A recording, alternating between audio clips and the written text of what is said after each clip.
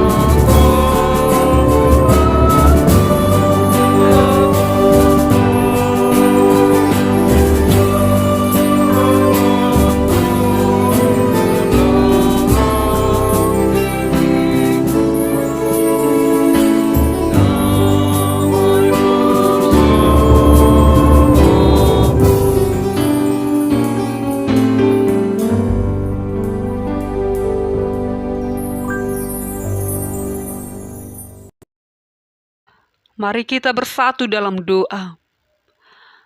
Allah Bapa yang baik, yang kami sembah melalui Putra-Mu Yesus Kristus Tuhan kami. Terima kasih kami panjatkan di mana Tuhan masih menyertai kami hingga kami dapat menikmati anugerah Tuhan di pagi hari ini.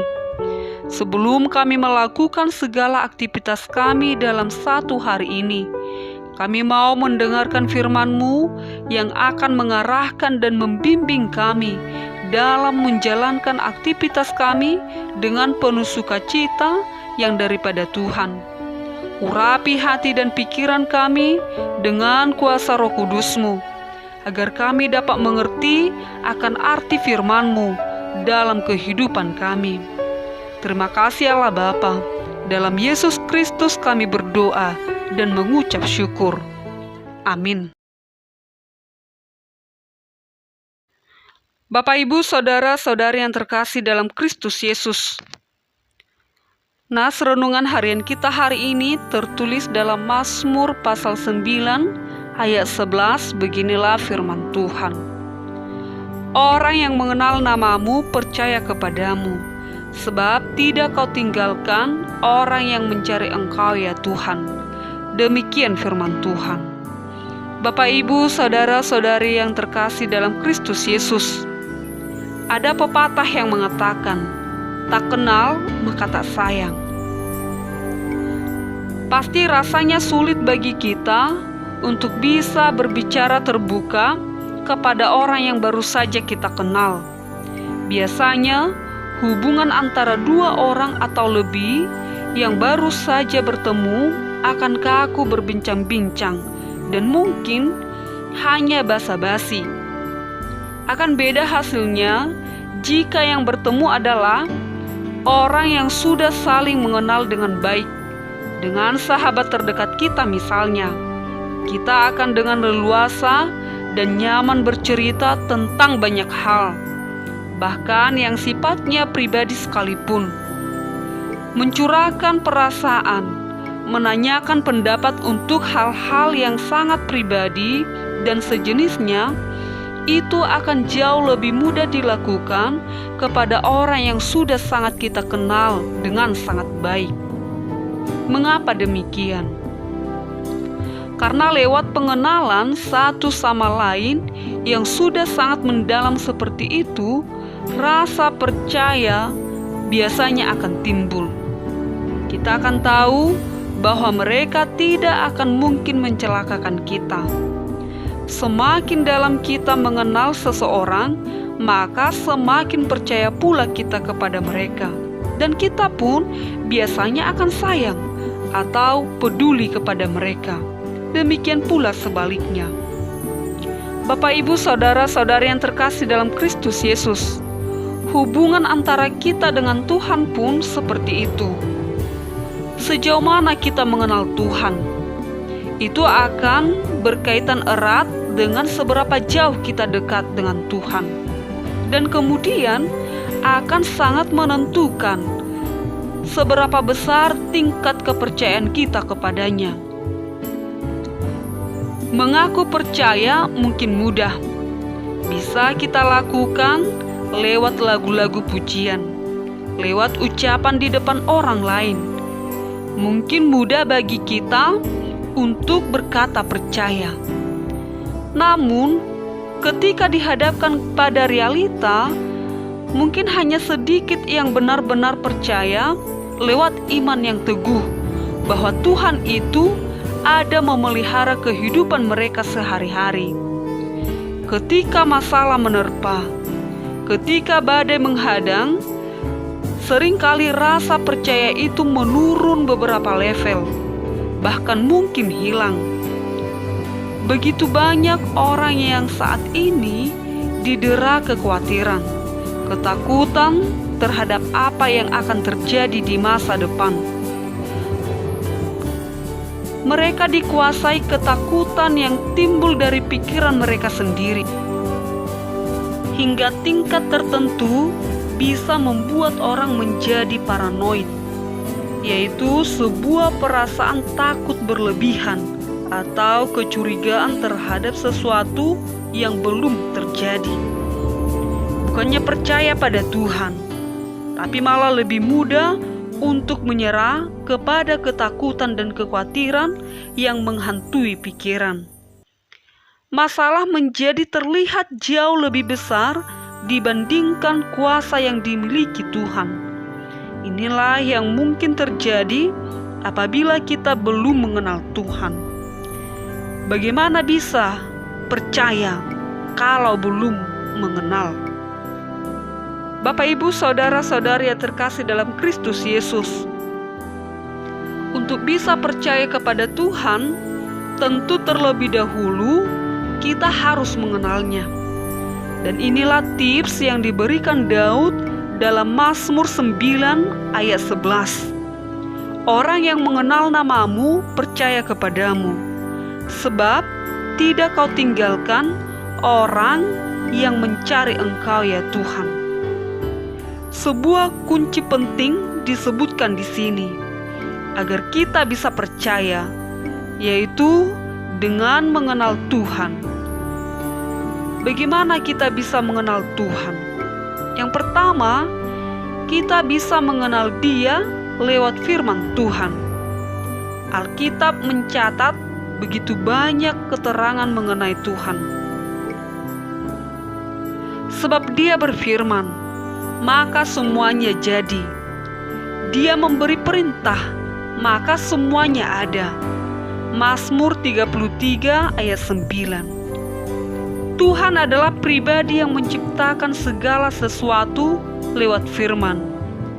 Kisah penciptaan alam semesta beserta isinya di awal Alkitab menjadi sebuah catatan penting mengenai hal ini. Salomo menggambarkan Tuhan sebagai sosok yang jauh lebih tinggi dari segala kepintaran dan kecerdasan, bahkan kebijaksanaan manusia.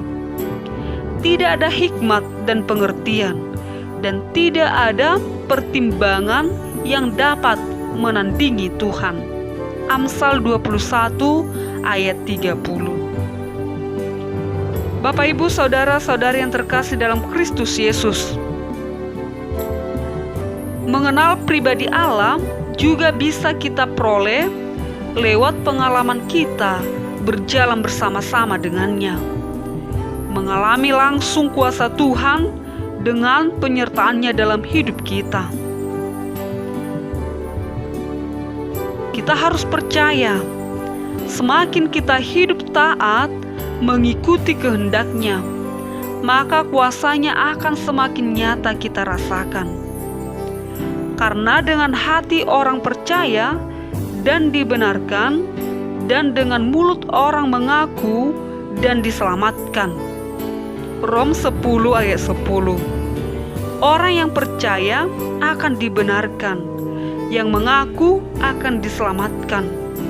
Ini sejalan dengan ayat bacaan kita hari ini, bahwa Tuhan tidak akan pernah meninggalkan orang yang terus setia mencari dan merindukannya. Orang yang setia mencari dan merindukan Tuhan adalah orang yang percaya kepada-Nya, punya pengharapan tanpa henti, tidak menyerah pada ketakutan dan kekhawatiran. Dan ini akan dimiliki apabila kita mengenal siapa Tuhan itu sebenarnya, sebesar apa sesungguhnya kasih-Nya bagi kita semua, seberapa besar Tuhan ingin kita selamat dan mendapatkan bagian di kerajaan-Nya. Janganlah berhenti dengan percaya sebatas di bibir saja. Mulailah hari ini untuk mengenal pribadi Allah lebih jauh lagi, sehingga dengan iman teguh kita bisa percaya sepenuhnya dan menerima penyertaan Tuhan secara nyata dalam hidup kita. Amin. Kita berdoa. Bapa dalam kerajaan sorga, terima kasih untuk hari ini Engkau telah memberikan nikmat besar kepada kami. Terima kasih buat renungan yang baru kami dengar pada hari ini. Berkati kami supaya apa yang baru saja kami dengar dari firman-Mu itu dapat kami lakukan dalam kehidupan kami. Bapa yang baik, ajari kami Tuhan agar bertindak adil, jujur, dan penuh kasih dalam hidup kami. Tuntun kami umat-Mu untuk berpengharapan yang hidup hanya kepada-Mu saja. Bapa dalam kerajaan surga, kami juga berdoa buat jemaat-Mu yang berulang tahun pada hari ini. Terima kasih Tuhan, Engkau telah memberikan umur yang panjang kepada mereka. Kiranya Engkau yang selalu memberkati mereka. Kau berikan kesehatan, panjang umur, dan murah rezeki. Berkati setiap usaha dan pekerjaan yang mereka lakukan dimanapun mereka berada.